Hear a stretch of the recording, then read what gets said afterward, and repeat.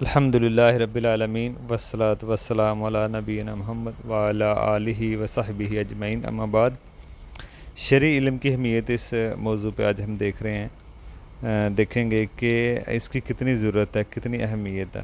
دیکھیں، آپ اس نقطے پر غور کریں کہ شریعت کا علم جاننا، جس طرح پہلے ہم نے بات کی کہ امام احمد بن حنبل کی رائے ہے کہ شریعت کا علم جاننا انسان کو کھانے پینے سے بھی زیادہ انسان محتاج ہے، ضرورت مند ہے اگر انسان سمجھے، ٹھیک ہے نا، کیونکہ دینی علم کی ہر منٹ، ہر قدم کے ساتھ آپ کو ہر ٹائم ضرورت پڑتی ہے، تو اس لیے اس کا جاننا بہت ہی ضروری ہے۔ اور جہالت ایک بیماری ہے۔ دیکھیں، عمل سے پہلے علم ہے۔ جب علم ہوگا تو عمل ہوگا نا، عمل بعد میں، علم پہلے ہے۔ جب علم سیکھیں گے تو عمل کریں گے نا، علم سیکھیں گے تو اللہ کی بات کریں گے نا، علم کے بغیر تو یہ بات ممکن نہیں ہے۔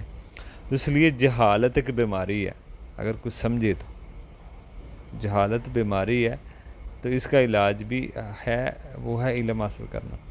تو اس لیے ہم اب دیکھتے ہیں کہ علم کی قسمیں ہیں۔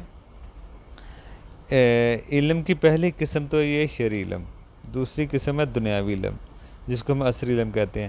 ان دونوں علم کا اپنا اپنا ایک مقام ہے۔ دینی علم کا تعلق کہہ لیں کہ ڈائریکٹ ہمارے دین سے ہے، اور دنیاوی علم وہ علم ہے جس کا تعلق ڈائریکٹ ہمارے دین سے نہیں ہوتا، بلکہ دنیاوی ضروریات جو ہماری ہوتی ہیں ان سے ہوتا ہے۔ اور ہمارے شریعت ہمارے دونوں کی اہمیت ہے اپنی جگہ، دونوں علم کی اہمیت ہے، لیکن دونوں کا مقام بھی الگ الگ ہے۔ دونوں کا مقام ایک جیسا نہیں ہے، دینی علم اور دنیاوی علم دونوں کا مقام الگ الگ ہے، اس میں بھی کوئی شک نہیں ہے۔ اب ہم دیکھتے ہیں کہ شرعی علم کا کیا مقام ہے، دنیاوی علم کا مقام سیکھنے کا کیا حکم ہے، اور دینی علم کو سیکھنے کا کیا حکم ہے۔ دیکھیں، دینی علم کا جو مقام ہے، کتاب و سنت کی روشنی میں اللہ تعالیٰ فرماتا ہے انسانوں اور جنوں کو میں نے اپنی عبادت کے لیے پیدا کیا ہے۔ اب آپ خود سوچیں کہ دینی علم کو حاصل کیے بغیر اللہ تعالیٰ کی بات کرنا ممکن ہے؟ آپ خود سوچ سکتے ہیں، جب دینی علم ہی نہیں آپ سیکھتے تو عبادت کیسے کریں گے؟ انسان کو پتہ ہی نہیں ہوگا عبادت کیا ہے، گناہ کیا ہے۔ اگر ہم علم حاصل نہیں کرتے تو جو عبادت کرنے کا مقصد ہے یہی فوت ہو جاتا ہے۔ اگر علم ہی نہیں حاصل کرتے، جس کے لیے اللہ تعالیٰ نے ہمیں پیدا کیا ہے وہ ہے عبادت، تو عبادت تب بھی ممکن ہے نا جب آپ علم حاصل کریں گے۔ علم کے بغیر آپ جتنی بھی ترقی کر لیں دنیا بھر میں، پھر بھی آپ ناکام ہیں، چاہے آپ کتنے بھی بڑے ڈاکٹر ہیں، کتنے بھی بڑی انجینئر ہیں، کتنے بڑے آپ نے کورس کر لیے ہیں، کتنا پیسہ حاصل کر لیا، کتنا مقام حاصل کر لیا، لیکن اگر آپ کے پاس شرعی علم نہیں ہے تو آپ اس میں ناکام ہیں، چاہے آپ اپنے کو کتنا بھی ترقی یافتہ سمجھ لیں۔ اب دین کا علم جس کے پاس ہوتا ہے نا، اللہ تعالیٰ ان کا مقام بلند کرتا رہتا ہے، اور علم والے ہی اللہ سے صحیح معنوں میں ڈرتے ہیں۔ جس قدر علم زیادہ ہوگا اللہ کی معرفت، اس قدر آپ کے دل میں اللہ تعالیٰ کا ڈر ہوگا، عظمت ہوگی اللہ تعالیٰ کی، ٹھیک ہے نا، اہمیت ہوگی۔ اس لیے کہا گیا ہے کہ حقیقی معنوں میں ڈرنے والے علماء ہی ہیں، ٹھیک ہے نا۔ تو ایک جگہ اللہ تعالیٰ نے فرمایا کہ اپنے ساتھ علماء کا اللہ تعالیٰ نے ذکر کیا، یہ مقام ہے علماء کا، اللہ تعالیٰ نے اپنے ساتھ علماء کا ذکر کیا ایک جگہ پہ۔ تو دیکھیں، ظاہری بات ہے جب آپ کے نظر میں اللہ کی اہمیت ہوگی تو پھر ہی اس کے علم کی اہمیت ہوگی نا۔ جب آپ کی نظر میں اللہ کی کوئی اہمیت، قدر و قیمت نہیں ہے تو اس کی علم کی کیا ہوگی؟ تو اگر لوگ اللہ کے علم سے دور ہیں تو سمجھ لیں اللہ تعالیٰ کو وہ صحیح معنوں میں جانتے نہیں ہیں، ان کی نظر میں کوئی قدر و قیمت نہیں ہے۔ کسی اہل علم کا قول ہے کہ اگر اللہ کی قدر و قیمت آپ کی نظر میں اہمیت ہوگی تو اس کے کلام کی ہوگی، قرآن کی ہوگی، حدیث کی ہوگی، آپ پڑھیں گے، جانیں گے، سمجھیں گے، ٹائم دیں گے۔ اللہ کی کوئی قدر و قیمت نہ ہوگی تو اس کے کلام کے ساتھ کیسے ہوگی آپ کی؟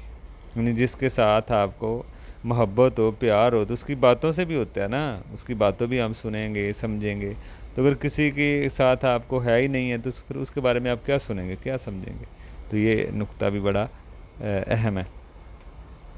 تو اسی طرح ایک جگہ پہ اللہ تعالیٰ جیسے فرمایا کہ اپنے ساتھ اللہ تعالیٰ نے علماء کا ذکر کیا ہے، اسی طرح حدیث میں کہ نبی علیہ السلام نے فرمایا علماء انبیاء کے وارث ہیں۔ وارث کس کو کہیں گے؟ جو قریب ہو، جیسے کوئی فوت ہو جاتا ہے ہم کہتے ہیں اس کے وارث کون ہے، اس کے قریب والے کون ہیں، بیٹی بیٹا، ہم کہتے ہیں نا وارثوں میں۔ اسی طرح انبیاء کے جو قریب ہوتے ہیں، سب سے زیادہ قریب علماء ہوتے ہیں۔ انبیاء کے بعد جو مقام ہے وہ علماء کا ہے۔ اس سرزمین میں جو سب سے بڑا کسی کو مقام ملا وہ نبوت کا، اس کے بعد انبیاء، یعنی انبیاء کا وارث ہونا اس سے بڑی کوئی فضیلت نہیں ہو سکتی۔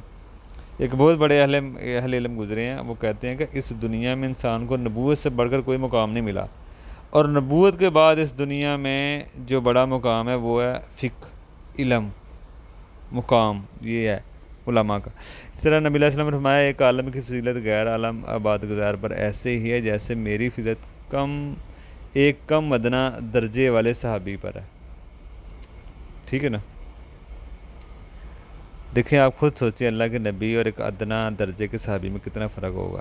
ایسے ہی ایک عالم اور غیر عالم آباد گزار میں فرق ہے، یعنی کہ ایک آباد گزار ہے اور ایک عالم ہے، تو دونوں میں جتنا فرق ہے